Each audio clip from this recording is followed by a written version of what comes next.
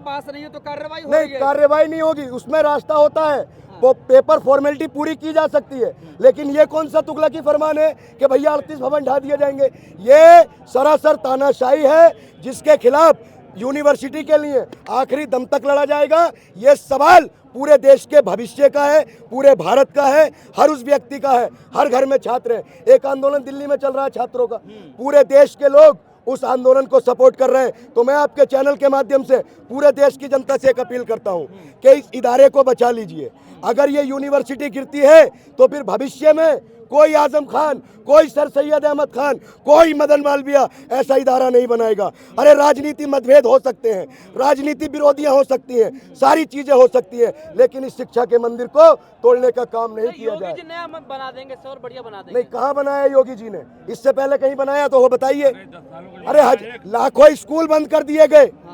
रामपुर में बहुत सारी इमारतें होंगी, सरकारी इमारतें होंगी जिनके नक्शे नहीं बने होंगे, तो आखिर ये यूनिवर्सिटी ही निशाने पर क्यों आई? सर, यही सवाल उठता है। 90% आबादी का नक्शा पास नहीं है इस देश के अंदर, तो क्या सब आबादी को तोड़ दिया जाएगा?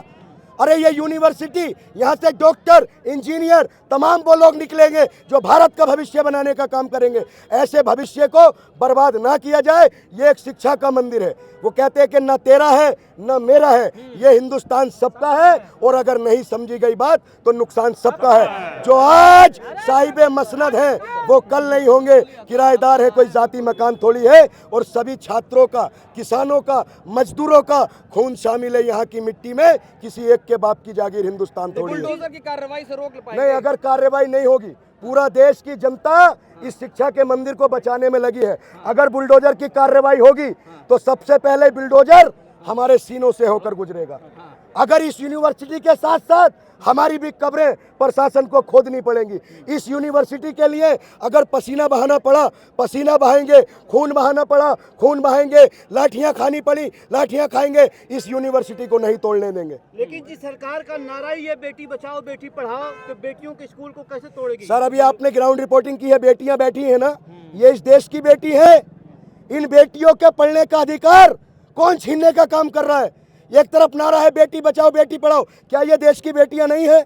इन बेटियों के अच्छे भविष्य के बनाने के लिए ये बेटियां यहाँ बैठी हैं। अरे इन बेटियों पर तरस खाओ, इन छात्रों पर तरस खाओ, भारत के भविष्य पर तरस खाओ। ये इदारे बनाए जाते हैं, इदारे तोड़े नहीं जाते। एक बात समझिए, इस देश की पूरी जनता को, तमाम विपक्ष के नेताओं को इस यूनिवर्सिटी के लिए, देश की जनता को ढाल बनकर खड़ा होना होगा। सर, इमारत आपको दो दी तो है? नहीं, 2 इमारतें दी हैं, 40 इमारतें हैं टोटल। देखिए, वो इमारतें नहीं हैं, वो महज सीमेंट और ईंट से बनी इमारतें नहीं हैं।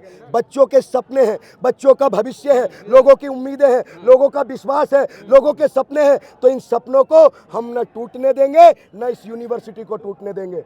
हम इस यूनिवर्सिटी को बचाएंगे, क्योंकि यूनिवर्सिटियां बचेंगी, बच्चों का भविष्य बचेगा। तभी नहीं, कानून हाथ में का लेंगे। हम तो पीसफुल तरीके से प्रोटेस्ट कर रहे हैं, कानून के दायरे में लड़ेंगे। कि नाम की वजह से यूनिवर्सिटी को निशाना बनाया जा रहा है? देखिए, अगर नाम की वजह से निशाना बनाया जा रहा है, मैंने क्या कहा, मोहम्मद अली जौहर साहब का इतिहास पढ़िए। कौन थे जौहर साहब? जौहर साहब इस देश की आज़ादी में उनका बहुत बड़ा योगदान है। अगर उनके नाम पर माननीय मोहम्मद आजम खान साहब ने एक यूनिवर्सिटी बना दी तो उसको तोड़ने की नौबत आ गई। अरे आजम खान ने इस रामपुर में, जिसकी पहचान चाकू छुरी से होती थी, आज इस रामपुर की पहचान मोहम्मद अली जौहर विश्वविद्यालय से होती है। बच्चों के हाथ में कलम देने का काम जिसने किया है, उनका नाम है मोहम्मद आजम खान साहब। आप आजम खान को जेल में डाल सकते हो, आप आजम खान को मुर्गी चोर साबित कर सकते हो, आप आजम खान को बकरी चोर साबित कर सकते हो, लेकिन ये इमारतें, इसकी तमाम सदा तक यही कहेंगी कि इसको बनाने वाले का नाम आजम खान है, आजम खान है, आजम खान है। तकरीबन कितने छात्र हैं जो तालीम हासिल कर रहे हैं? सर, इसमें 5-6 हजार छात्र तालीम हासिल कर रहे हैं। ये महज छात्र नहीं है, ये भारत का भविष्य है, जो भारत को एक विकसित भारत बनाने में अपना योगदान देंगे। क्या उनका भविष्य खतरे में है? भविष्य खतरे में है, इसीलिए तो लोग आज सड़कों पर हैं, आज धरने पर बैठे हैं, पीसफुल तरीके से प्रोटेस्ट कर रहे हैं। लेकिन अगर हमारे ऊपर लाठियां मारी जाएंगी तो हम खा लेंगे। हम गांधी जी को मानने वाले लोग हैं, हम अंबेडकर साहब को मानने वाले लोग हैं। अगर हम पर मुकदमे लगाए जाएंगे तो हम मुकदमे लगवा लेंगे। दम है कितना दमन में तेरे, देख लिया है देखेंगे, और जगह है कितनी जेल में तेरी, देख लिया है देखेंगे। सरफरोशी की तमन्ना अब हमारे दिल में है, देखना है जोर कितना बाजुए कातिल में है। यूनिवर्सिटी को बचा कर रहेंगे, यूनिवर्सिटी को बचा कर रहेंगे। बचा के रहेंगे। हम पूरे देश के तमाम अपोजिशन के लीडर से, जिस तरीके से एक छात्रों का आंदोलन दिल्ली में चल रहा है, पूरे देश में चल रहा है, पूरे देश के तमाम अपोजिशन के नेता उस आंदोलन को अपना समर्थन दे रहे हैं।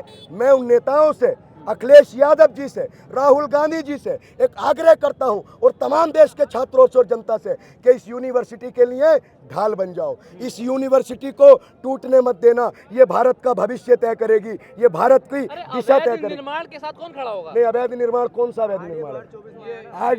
ये जो एरिया लगता है, सुनिए, ये जो एरिया लगता है पहले गांव में आता था, 2025 में आरडीए के अंतर्गत आया। तो आरडीए उसका जो भी फीस होती है वो लेकर उसको अप्रूव कर दे। लेकिन अगर उत्तर प्रदेश के मुख्यमंत्री आपकी बात सुन रहे होंगे योगी जी से, तो आप क्या गुहार लगा? मैं माननीय मुख्यमंत्री योगी आदित्यनाथ जी से एक ही गुहार लगाना चाहता हूँ। योगी जी, ये एक शिक्षा का मंदिर है, इसमें ये मत देखिए ये किसने बनाया, कहाँ बनाया, कब बनाया, कैसे बनाया, बस इदारों को बचा लीजिए।